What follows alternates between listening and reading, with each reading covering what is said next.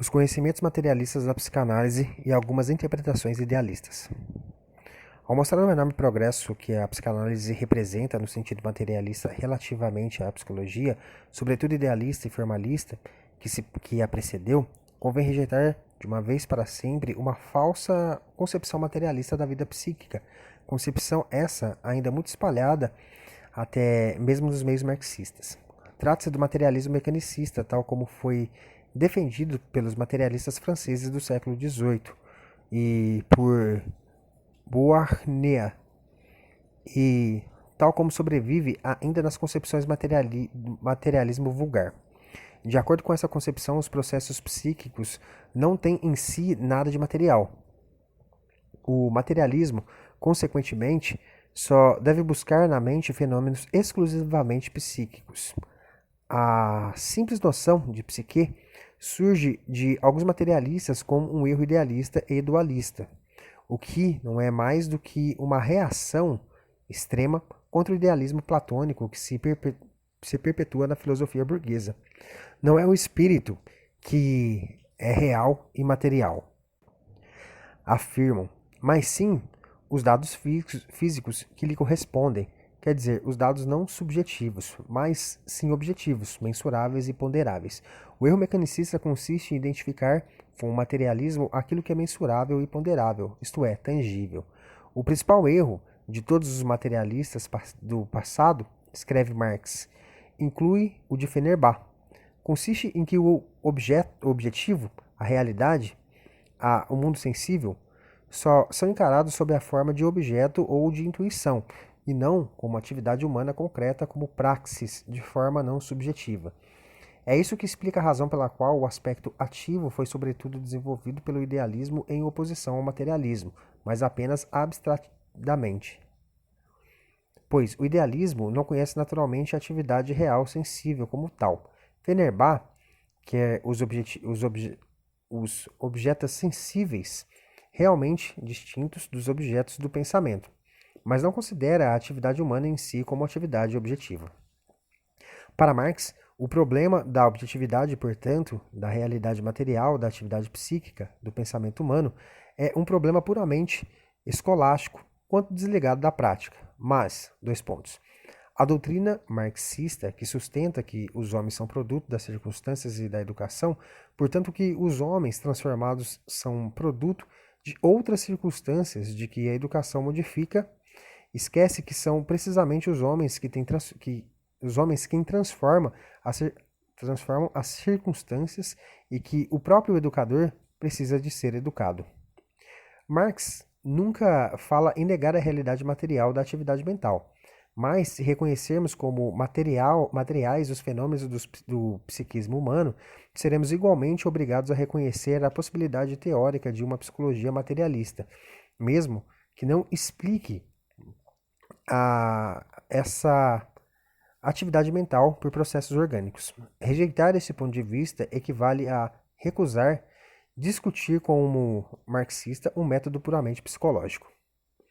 E então, com toda a lógica, não será preciso falar mais da consciência de classe, da vontade revolucionária da ideologia religiosa e etc. Bastará apenas esperar que a química acabe por fixar em fórmulas todos os processos fisiológicos correspondentes, ou que a reflexologia acabe por descobrir os reflexos correspondentes. Mas, devendo necessariamente permanecer agarrada a um formalismo casual, sem dar acesso ao conteúdo prático das representações e dos sentimentos. Uma tal psicologia não conduzirá de maneira nenhuma a uma melhor compreensão do prazer, do sofrimento ou da consciência de classe. Essas considerações vão ao centro do problema, dois pontos. No quadro do marxismo surge como indispensável uma psicologia que analise os fenômenos psicológicos por meio de um método psicológico e não orgânico. Para qualificar de materialista uma psicologia, não bastará, evidentemente, que ela se ocupe dos dados materiais da vida mental. Será, sobretudo, necessário que ela diga claramente se considera a atividade psíquica como um dado metafísico, isto é, situado para além do orgânico, ou como uma segunda função, desenvolvendo-se a partir do organismo e ligada à sua existência. Segundo Engels, na obra atrás citada, O idealismo e o materialismo distinguem-se essencialmente um do outro pelo fato de que o primeiro considera, em primeiro lugar, o espírito, o segundo, a matéria orgânica, a natureza, ponto e vírgula. E Engels sublinha que não emprega essas duas noções com outro sentido. No materialismo e empiriocriticismo, Lênin tomou para objeto de seus estudos críticos uma segunda diferença, a saber, a atividade observada face à teoria do conhecimento. O mundo será real, existirá fora independentemente do nosso pensamento materialista ou existirá apenas no nosso espírito, como representação, sensação e percepção, idealismo, interrogação. Uma terceira diferença ligada às precedentes reside na seguinte pergunta, dois pontos. Será que o orgânico que edifica o mental ou inversamente? Em vez de dar uma resposta geral a essas interrogações que se põe à psicanálise, começaremos por apresentar as teorias fundamentais, quer sejam exatos ou falsos os fatos sobre os quais a psicanálise se apoia.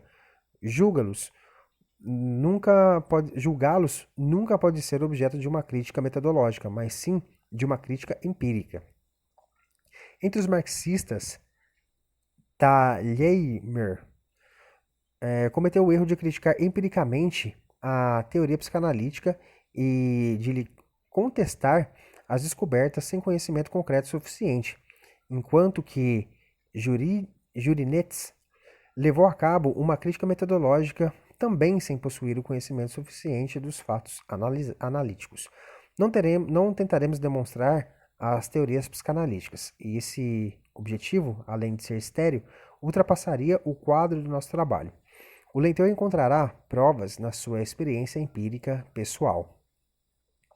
1. A teoria psicanalítica das pulsões. A teoria psicanalítica das pulsões constitui a ossatura da doutrina psicanalítica. O seu elemento mais sólido é a teoria da libido e da dinâmica da pulsão sexual. A pulsão é uma noção limite entre o psíquico e o somático. Por libido, Freud entende a energia do instinto sexual. Segundo ele, a fonte da libido é um processo químico ainda mal conhecido que se desenrola no organismo, sobretudo no aparelho sexual e nas zonas ditas erógenas, isto é, nas partes do organismo especialmente sensíveis à excitação sexual e onde essa se concentra. Nas fontes de excitação sexual edifica-se a poderosa superestrutura das funções psíquicas da libido.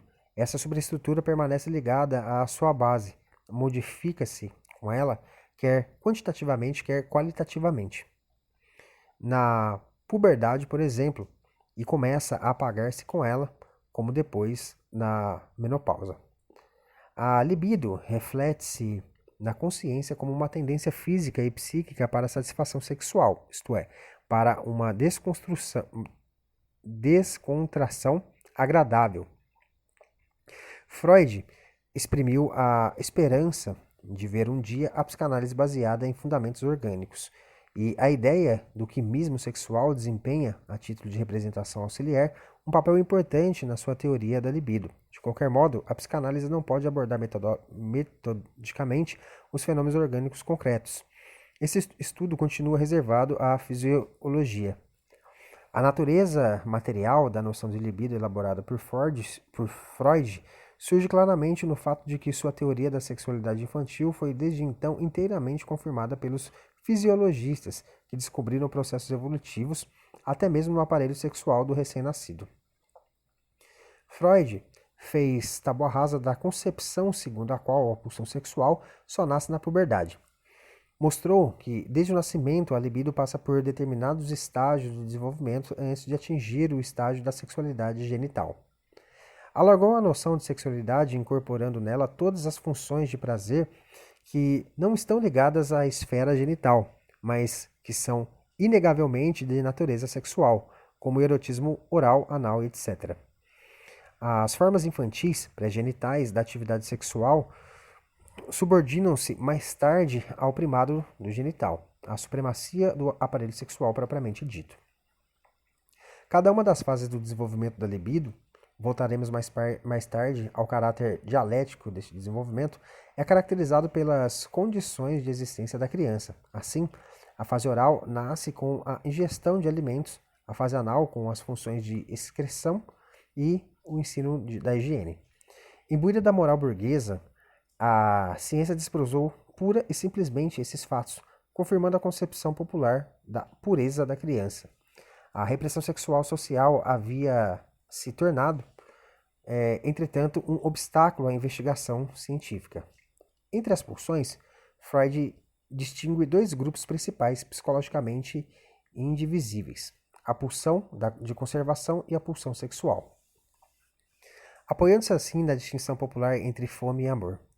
Todas as outras pulsões, vontade de poder, ambição, ganância, etc., são para Freud apenas formações secundárias, produtos dessas duas necessidades fundamentais. Freud escreve algures que a pulsão sexual surge inicialmente apoiada na pulsão de nutrição. Essa frase ainda teria maior importância para a psicologia social se nela se chegasse a encontrar uma correlação entre as teses semelhantes de Marx, segundo as quais a necessidade alimentar é, na sua existência social, também a base das funções sexuais da sociedade. Mais tarde, Freud opôs a pulsão sexual à pulsão de destruição e incluiu a pulsão de nutrição no Eros como função de amor de si, narcisismo ou autoconservação. As relações da nova repartição das pulsões com a antiga não estão ainda claramente determinadas. As novas noções da teoria das pulsões, pulsão de Eros e pulsão de morte, pulsão sexual e pulsão de destruição, foram definidas com base nas duas funções fundamentais da substância orgânica: assimilação, construção, e desassimilação, desconstrução.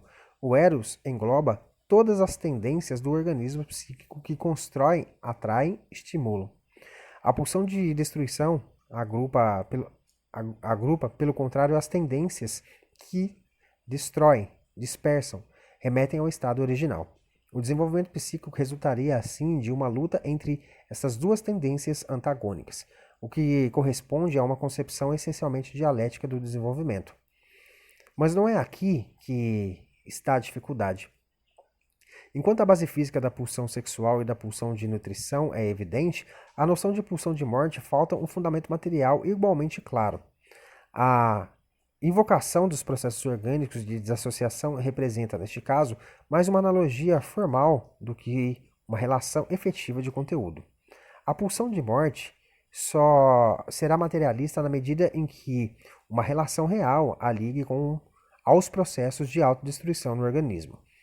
Mas não podemos negar que o seu conteúdo impreciso e a impossibilidade de a captar como tal, o que já é possível para a libido, por exemplo, fazem facilmente dela o refúgio das especulações idealistas e metafísicas sobre a vida psíquica. Já suscitou na psicanálise vários equívocos, conduziu a teorias finalistas e a exageros das funções morais, o que consideramos como um desvio idealista da psicanálise. Segundo o próprio Freud, a pulsão de morte é uma hipótese extraclínica, mas não é por acaso que, com ela, se opera tão facilmente e que na psicanálise abriu as portas a especulações inúteis. Para reagir contra a corrente idealista que se desenvolve com as novas hipóteses das pulsões, o autor dessas linhas tentou conceber a pulsão de destruição como dependendo da libido e, portanto, incluí-la na teoria materialista da libido. Essa tentativa baseia-se na observação clínica. Constata-se que as disposições rancorosas de um indivíduo e os seus sentimentos de culpabilidade dependem, pelo menos, quanto à intensidade do estado da economia libidinal, de modo que a insatisfação sexual aumenta a agressividade, ao passo que a satisfação a diminui. Segundo esta concepção, a pulsão de destruição é psicologicamente uma reação à folha de satisfação sexual, a sua base física e o deslocamento da excitação libidinal desviada para o sistema muscular. Mas é inegável que a pulsão de agressão é também um instrumento da pulsão de nutrição e que ela se reforça quando a necessidade nutritiva não está suficientemente satisfeita. Em minha opinião, a pulsão de destruição é uma formação secundária tardia do organismo determinada pelas condições nas quais são satisfeitas a pulsão de nutrição e a sexualidade. O regulador da vida pulsional é o princípio do prazer e desprazer. A pulsão procura o prazer e tende a evitar o desprazer. A tensão desagradável originada pela necessidade só pode ser suprimida pela satisfação da necessidade. O objetivo da pulsão é, pois, suprimir a tensão pulsional, suprimindo a excitação que está na origem da pulsão. Essa satisfação procura prazer. Uma excitação física na zona genital, por exemplo, provocada uma excitação que, por sua vez, engendra uma necessidade, uma pulsão, de suprimir a tensão criada. Uma tensão orgânica dos órgãos de nutrição provoca a fome e impede a ingestão de alimentos. Impele a ingestão de alimentos. Esta consideração casual comporta a consideração final, sendo o objetivo para que tende a pulsão determinado pela fonte de excitação. Aqui a psicanálise como teoria opõe-se radicalmente à psicologia individual de Alfred Adler, de orientação exclusivamente finalista. Tudo o que engendra o prazer atrai, tudo o que engendra o desprazer repele. Assim, o princípio do prazer determina o movimento, a transformação do estado das coisas existentes. A fonte dessa função é o aparelho orgânico das pulsões, em particular, o quimismo sexual. Uma vez satisfeita a necessidade, sobrevém um período de repouso no fim, do qual o aparelho das pulsões se distende de novo, como uma mola. Na base desta tensão encontramos processos de metabolismo. Mas o modo de funcionamento das duas necessidades humanas fundamentais se reveste a sua forma específica na existência social do indivíduo. Com efeito, essa limita a satisfação das pulsões. Ao enunciar o princípio da realidade, Freud reuniu nele todas as limitações e todas as pressões sociais que tendem a menosprezar as necessidades ou a retardar-lhes a satisfação. Este princípio da realidade opõe-se, pois, em parte ao princípio do prazer, na medida em que impele completamente determinadas satisfações, mas também o modifica na medida em que obriga o indivíduo a procurar satisfação de substituição ou de retardar uma determinada satisfação. Uma criança mama, por exemplo, só pode tomar a sua refeição a determinadas horas. A rapariga púbere não pode, na sociedade atual, satisfazer imediatamente as suas necessidades sexuais naturais. Os interesses econômicos, o burguês diria interesses culturais, obrigam-na a conservar a virgindade até o casamento, sob a pena de se expor ao desprezo público ou ao risco de não encontrar o marido. O impedimento da satisfação direta do erotismo anal, tal como a prática da criança, é também consequência do princípio da realidade. Mas a definição do princípio da realidade como exigência da sociedade permanente formal, se não acrescentar concretamente o que o princípio da realidade, sob a forma que reveste para nós atualmente, é o princípio da sociedade capitalista, baseado na economia privada. São numerosos os desvios idealistas em psicanálise quanto à maneira de conceber o princípio da realidade. Assim, ele é muitas vezes apresentado como um dado absoluto. Por adaptação à realidade, entende-se simplesmente a adaptação à sociedade, o que, na pedagogia como na terapêutica das neuroses, constitui inevitavelmente uma formulação conservadora. Concretamente, o princípio da realidade na época capitalista impõe ao proletariado uma extrema limitação das suas necessidades, não sem invocar, para este fim, as obrigações religiosas de humanidade e de moléstia. Impõe também a forma sexual monogâmica e ainda muitas outras coisas. A base de tudo está nas condições econômicas. A classe dominante possui um princípio de realidade que serve para a manutenção de seu poder.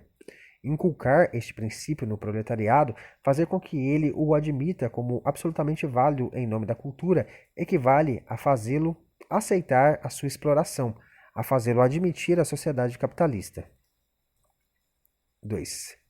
Necessário ver claramente que o conceito do princípio da realidade, tal como é atualmente concebido por numerosos psicanalistas, corresponde a uma atitude conservadora, se bem que talvez inconsciente, e encontra-se, assim, em contradição com o caráter objetivamente revolucionário da psicanálise. O princípio da realidade tinha originalmente um outro conteúdo, modificar-se-á na medida em que se modifica a ordem social. Naturalmente, o conceito concreto do princípio do prazer também não é absoluto e muda como um modo da existência social. Numa época em que se consagra uma grande atenção à higiene, a satisfação anal, por exemplo, será mais fraca e a tendência para a satisfação mais forte que numa sociedade primitiva. Essa diferença exprime-se também qualitativamente na formação, quantitativamente na formação de determinados traços de caráter. Basta pensar o esteticismo edificado em torno do erotismo anal e nos diversos significados que possui na época burguesa, na sociedade primitiva ou na Idade Média. Determinados elementos da tendência para o prazer são revelados mais intensamente que outros.